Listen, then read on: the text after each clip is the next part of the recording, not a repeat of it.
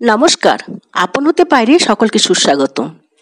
সকলকে আমার আন্তরিক শুভেচ্ছা ও ভালোবাসা জানাই। বন্ধুরা, আজকের বিষয় হলো জীবের জন্যই তো এসেছো, কার এই মন্তব্য এবং কেন। আজকের ভিডিওটি পুরোপুরি দেখার অনুরোধ রইল।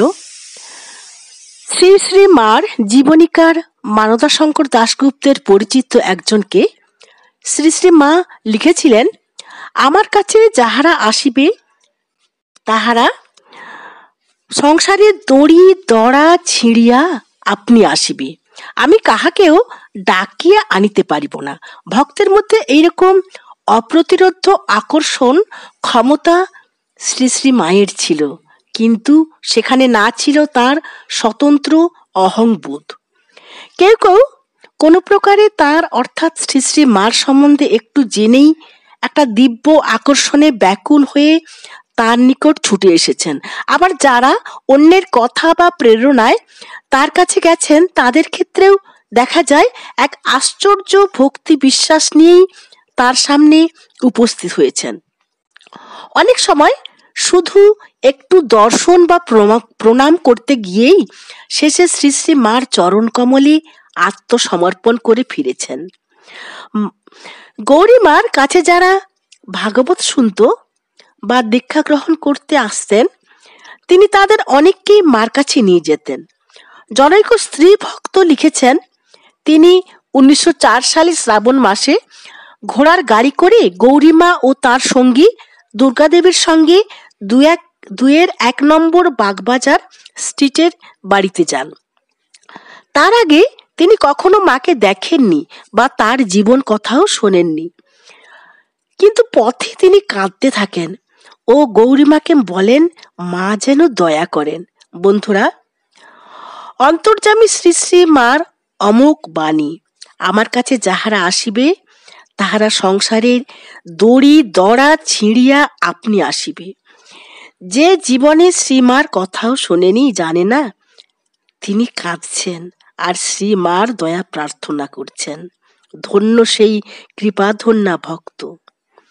বন্ধুরা, পুরোপুরি ভিডিওটি দেখার অনুরোধ রইল। লাইক, শেয়ার, কমেন্ট ও সাবস্ক্রাইব করে আমার পাশে থেকে উৎসাহিত করবেন।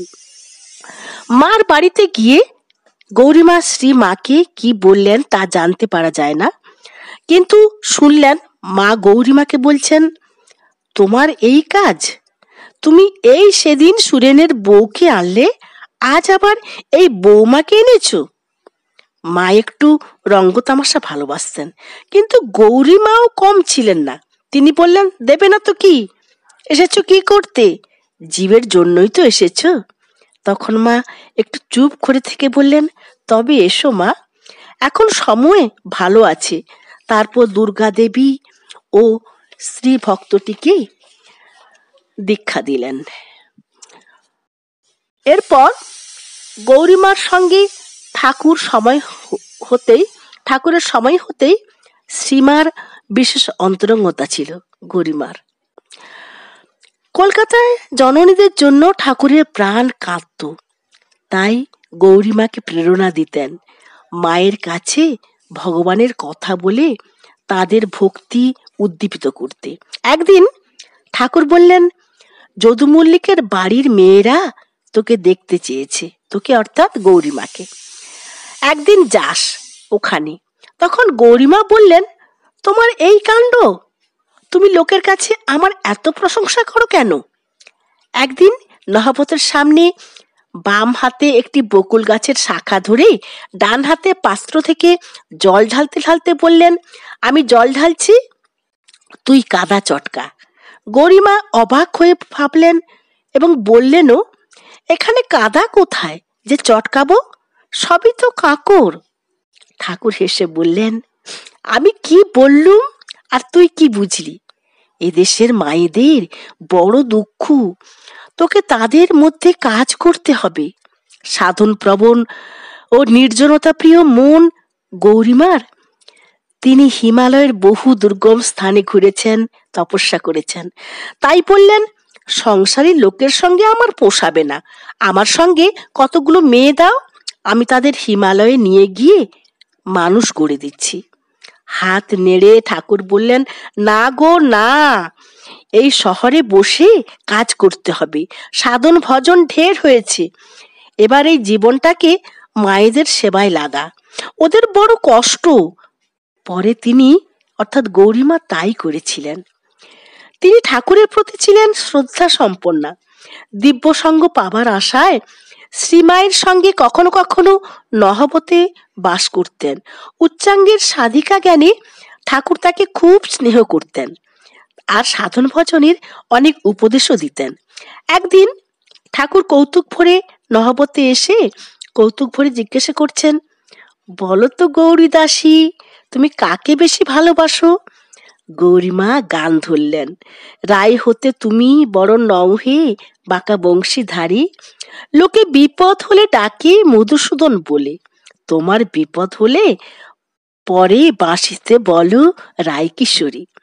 শ্রী ঠাকুরের গানের তাৎপর্য বোঝার ক্ষমতা খুবই ছিল, তাই খুশি হয়ে হাসতে হাসতে নিজের ঘরে চলে গেলেন।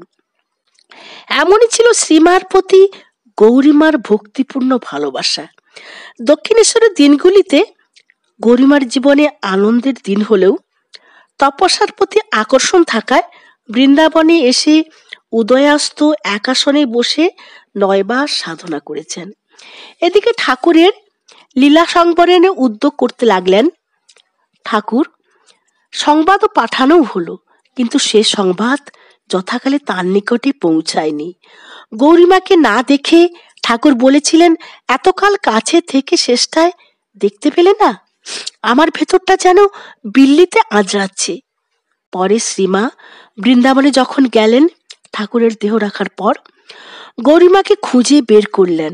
ঠাকুর তাকে দর্শন দিয়ে মাকে দর্শন দিয়ে বলেছিলেন, তুমি হাতের বালা খুলো ফেলো না। কেন খুলছো? বৈষ্ণব তন্ত্র জানো তো? শ্রীমা বললেন, আমি তো কিছুই জানি না। ঠাকুর বললেন, আজ বিকালে গৌরমণি আসবে, তার কাছে শুনো। সেই দিনই বিকেলে গৌরীমা এলেন। শ্রীমাকে বুঝিয়ে বললেন, তার বৈধব্য সম্ভব নয়, কারণ তার চিন্ময় স্বামী, তাছাড়া তিনি জগতের লক্ষ্মী, তিনি নিরাভরা না হলে জগতের লক্ষ্মীহীন হয়ে পড়বে। বন্ধুরা, দেখলাম অন্তর দিয়ে শ্রীমার প্রকৃত স্বরূপ বুঝেছিলেন বলেই বলতে পেরেছিলেন, জোর দিয়েছিলেন মার উপর। দীক্ষা দেবে না তো কি? এসেছো কি করতে? জীবের জন্যই তো এসেছো। সবাই ঠাকুরের মায়ের কৃপায় ভালো থাকুন, সুন্দর থাকুন, সুস্থ থাকুন।